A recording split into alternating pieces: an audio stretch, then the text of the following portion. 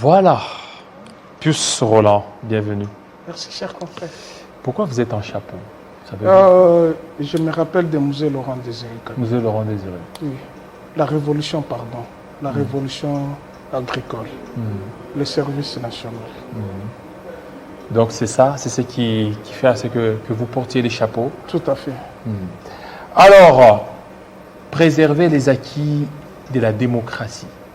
Préserver les acquis démocratiques. Ça, c'était le dernier communiqué de la présidence lorsqu'il faisait état. Et faisait état des actes portant atteinte à la sûreté de l'État. Vous y croyez? Je n'y crois pas. Vous ne croyez pas? Non, je n'y crois pas. Comment vous ne croyez pas? Qu'est-ce qui se passe aujourd'hui? Apparemment, c'est la chasse à l'homme. Les acquis démocratiques n'y est plus. On n'y croit plus. Je pense que la République démocratique du Congo a reculé de plusieurs pas. Et aujourd'hui, les Congolais se demandent si l'alternance produit ses effets. Alors que depuis 60 ans, vous vous rappelez, les premières élections ont eu lieu en 59. Et c'était les vraies élections. En 59. En 59. Qui ont porté les MNC de Patrice Emery Lumumba au pouvoir. Et puis l'élection au suffrage indirect du président de la République, Joseph Kasavubu, qui n'avait pas la majorité, du moins qui a été élu président de la République. Mais depuis, c'est en 2006 que nous avons connu les vraies élections démocratiques, transparentes et libres. Et 3 cycles électoraux, nous sommes arrivés en décembre 2018. Oui, mais parce que la présidence a relevé qu'il y a certains actes portant atteinte à la sûreté de l'État. Voilà pourquoi il faut préserver les acquis de la démocratie. Qui dit préserver les acquis de la démocratie, c'est qu'il faut faire tout pour que ce qui a concouru à ce qui est passation civilisée de pouvoir soit maintenu, soit conquis comme il se doit. Aucun Congolais n'y croit au coup d'État. Et aucun Congolais ne veut de coup d'État. Mais on n'a pas parlé de coup d'État. Mais oui, puisque quand vous parlez de la sûreté de l'État. Oui, la sûreté de l'État, atteinte à la sûreté de l'État. Oui, l'atteinte de la... Oui, on n'a pas sûrement parlé des coups d'État. Oui, l'atteinte à la sûreté de l'État fait allusion à quoi? Ça fait allusion à quoi? Mais vous pouvez peut-être poser des actes. Il y a un Américain qui est à l'ambassade de Suède. Oui. Il lui est reproché de poser des actes portant atteinte à la sûreté des États-Unis d'Amérique. Quels sont les actes mais pas au coup d'État. Alors, ces actes-là, c'est l'ANER peut-être qui en connaît. Et chez nous, ici, quels sont les actes qui portent c'est l'ANER qui est sur ce dossier. Oui, nous avons un dossier qui est en gestation ou qui est en instruction. Moi, je ne crois pas. Moi, je suis favorable aux élections. Je suis favorable. D'abord, moi-même, je suis candidat. Vous êtes candidat où? À la présidentielle de 2023. Présidentielle? Oui, de 2023. 2023. Si. Et vous allez remporter, vous allez gagner? Non, je ne dis pas que je veux gagner. Je veux me présenter pour appeler les Congolais à la renaissance de la République démocratique du Congo et puis chasser la médiocrité. Qui va vous soutenir? Tout Congolais qui aspire à la renaissance de la République démocratique du Congo. Tout Congolais. Et qui sera votre parrain? Tout Congolais. Tout Congolais? Si. Même vous, vous allez me donner $1. Même vous. C'est celui-là qui sera votre parrain? Mais oui. Alors, pourquoi aujourd'hui Pius veut se porter candidat? Je veux me porter candidat puisque l'administration actuelle a complètement échoué. L'administration actuelle a complètement échoué. On nous a fait gober autant de promesses. Autant de promesses. Plusieurs voyages qui n'ont rien apporté. Les Congolais n'attendent pas ça. Les Congolais ne s'attendent pas à la chasse à la sorcière. Les Congolais ont besoin des réponses à leurs questions. Et les questions des Congolais, c'est le ventre. Les questions des Congolais, c'est l'électricité. Les questions des Congolais, c'est l'eau. Les questions des Congolais, c'est la sécurité. Les questions des Congolais, c'est la dignité. Et tout cela ne sont pas répondues. Et voilà, je me prépare. Mais c'est ce qui est en train d'être fait. C'est ce qui est en train d'être fait. On a l'eau, l'électricité, et tout ça, ça continue. Vous êtes sûr que nous avons l'eau, nous avons l'électricité? Mais ça continue, c'est-à-dire il y a l'eau, il y a l'électricité, il y a l'amélioration de conditions de vie. Où sont nos 6 millions de dollars qui sont versés en Namibie pour avoir les Thompson? Je vous donne... les Thompson sont arrivés, vous ne l'avez pas vu? Pour un seul jour. Pour un seul jour? Pour un seul jour. Mais il y a beaucoup de gens qui ont bénéficié de ces Thompson. Non, écoutez, moi je viens du Katanga. Aujourd'hui, exactement, ça fait une semaine. J'ai accompagné la première dame rurale. La première dame? La première dame rurale. Nous avons accompagné au Katanga puisque nous avons pris l'avion avec sa belle-mère qui est venue voir compatir au malheur qui devrait advenir à son fils, Joseph Kabila, qui avait connu l'accident. Et puis nous sommes allés avec elle et il y avait une série d'activités. Première activité, elle a inauguré les appartements de hypnose, les complexes commerciaux. Je pense que vous en connaissez. C'était à elle? C'était à elle ou c'était à elle, tous ces appartements? Non, je dis les complexes. Les complexes, ok. Les complexes. On a inauguré les appartements où les Congolais, puisque nous avons un déficit de logement.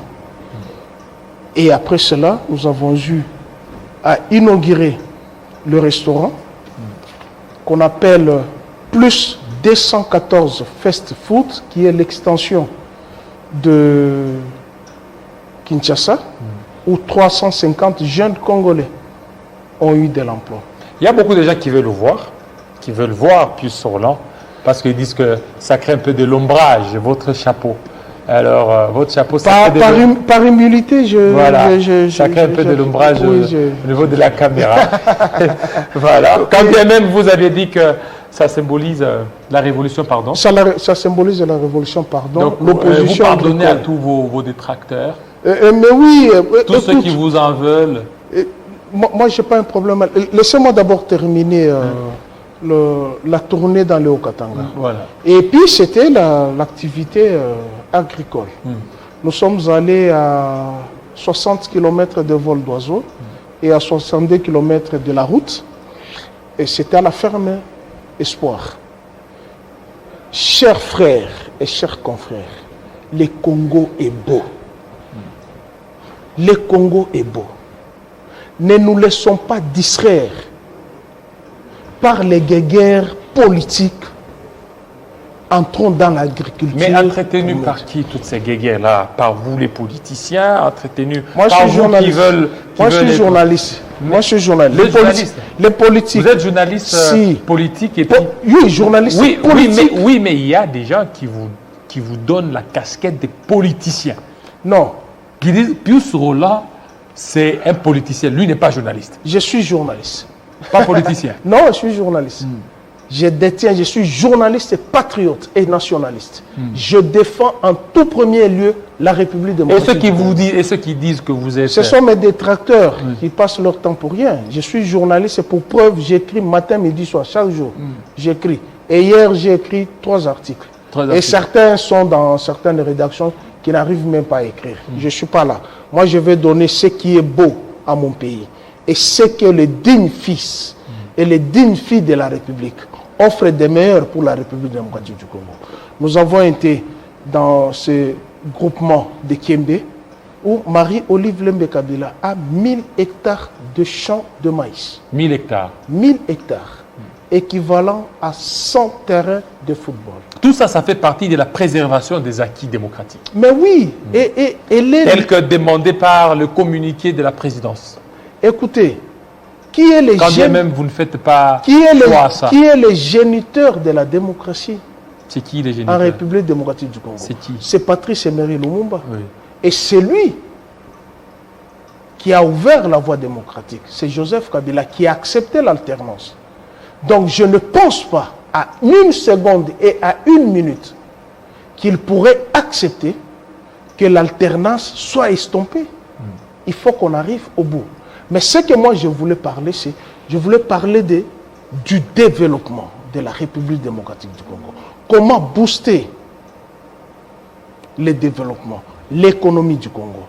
Je pense que tout le monde se verse dans le mine. Et les mines nous posent de très sérieux problèmes. Mine. Les mines nous posent de très sérieux problèmes. Des carrés miniers. L'extérieur a les yeux rivés sur le mine. Certains véreux politiques sont versés dans le mine.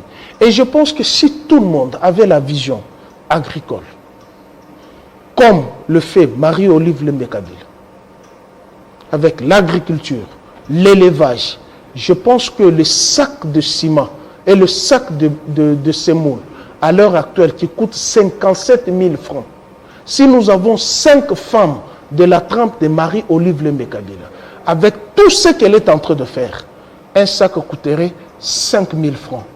Et c'est au bénéfice des Congolais. Ce n'est pas au bénéfice d'un individu, c'est au bénéfice des Congolais. Puisqu'à elle seule, elle ne peut pas manger le maïs de 1000 hectares. Mais elle est faite pour le bien des Congolais. Pourquoi ne pas accompagner une telle initiative? Aujourd'hui, j'étais sur un autre plateau avec le docteur Kankonde. Alors, mais là, pourquoi c'est seulement maintenant que Maman Olive s'est beaucoup plus donné? Non, ce n'est pas maintenant. Parce que quand c'est peut-être le cerveau de certaines personnes qui a pris conscience maintenant. Mais c'est depuis longtemps l'initiative. Plus n'est pas née après la passation de pouvoir. Elle a été première dame et l'ONG a existé. Pour preuve, l'hôpital qui est dans l'Interland de Kinshasa, à Bibo, elle a commencé la construction quand, puisque l'inauguration a lieu le 30 juin 2019. On n'a pas construit le 29 juin 2019 pour inaugurer le 30 juin 2019. C'est-à-dire ça a pris du temps. Ils ont été encore au pouvoir et il y a eu une cité des désœuvreux. Et parmi les personnes qui sont bénéficiaires, nous avons vu certains agents, les anciens agents de la RTNC qui sont bénéficiaires. Et elle, au moins, elle a utilisé notre terre. Elle a battu les briques. Elle a pris la main d'œuvre congolaise. On a construit l'hôpital moderne, salué d'ailleurs par son éminence, le cardinal. N'est-ce pas? Mais alors qu'est-ce qui fait qu'aujourd'hui, maintenant, on a vu le cardinal être beaucoup plus tendre envers Maman Olive? Alors, dans un premier temps, c'était des relations un peu tendues. Vous savez, j'ai toujours dit que Joseph Kabila, l'administration de Joseph Kabila, plus particulièrement la personne de Joseph Kabila, était l'objet des calomnies et des mensonges. Et la formation politique qui est montée au créneau pour déverser les mensonges contre Joseph Kabila et contre son administration, c'est l'UDPS. L'UDPS. Et ça, personne ne peut dénier, puisque, vous savez, nous sommes journalistes. À l'heure actuelle, il y a les réseaux sociaux. Nous gardons certaines vidéos. Qu'est-ce qu'on n'a pas dit de Joseph Kabila? Qui n'est pas le fils de Mouzé, qui n'est pas le fils de Maman Sifa, sa fille n'est pas l'enfant n'est pas son enfant. Et tout ça, ça ternit l'image de la personne. Donc l'UDPS était dans la diabolisation. Mais même Satan lui-même se pose la question, lui qui est le père des mensonges, comment l'UDPS peut être au-delà des mensonges de Satan? Et aujourd'hui, la réalité...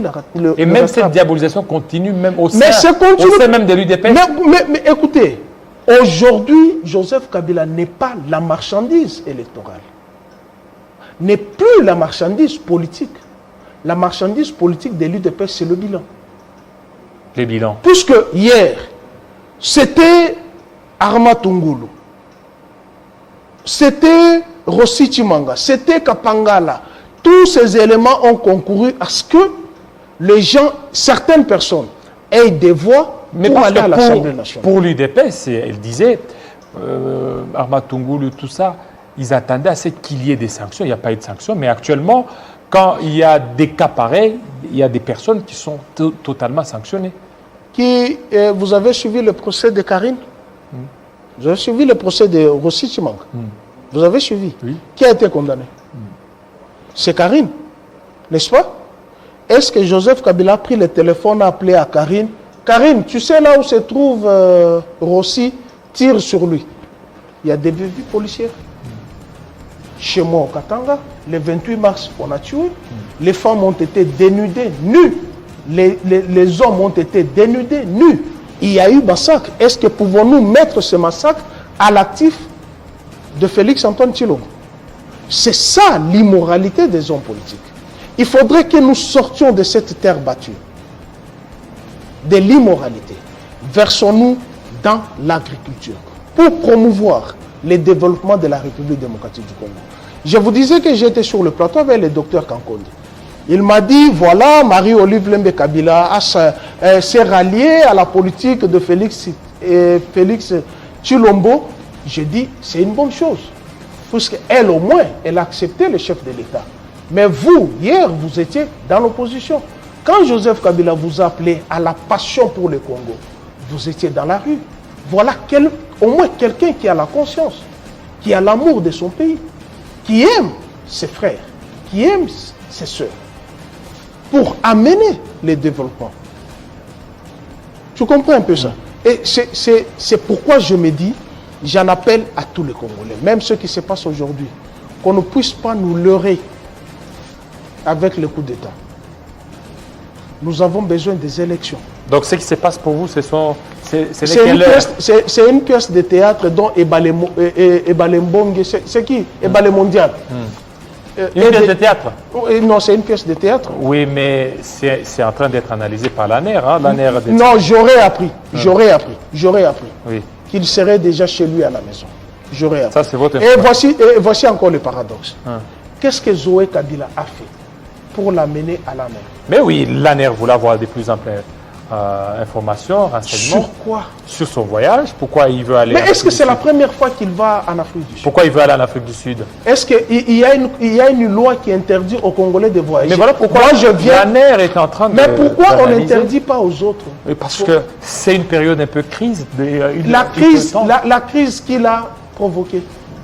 Qui a provoqué la crise? Vous nous parlez tantôt qu'il y a des contraintes financières, qu'il y a des contraintes logistiques, qu'il y a des contraintes sanitaires, qu'il y a des contraintes sécuritaires. Mais le ministre des Finances nous avait dit qu'il y a de l'argent. Même les communicateurs de l'Union sacrée nous bombent la poitrine que les institutions de Bretton Woods ont versé 4 milliards. Et il y a un budget de 10 milliards. Et pour quelle raison on va nous parler des contraintes financières? Donc il ne faudrait pas, les Congolais n'ont pas besoin des arrestations. Et puisque si on arrête quelqu'un, je donne un exemple.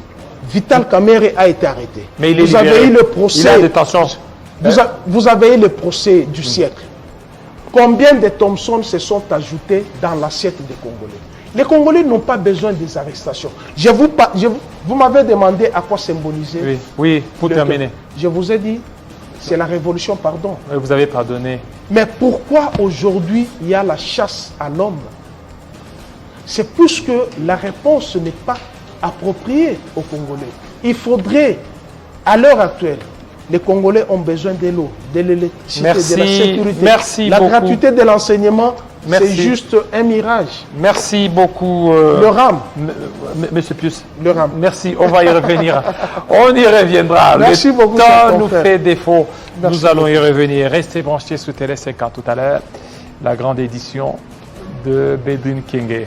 Il sera 20h dans l'est de la RDC, 19h à Kinshasa. Portez-vous très bien. À très bientôt.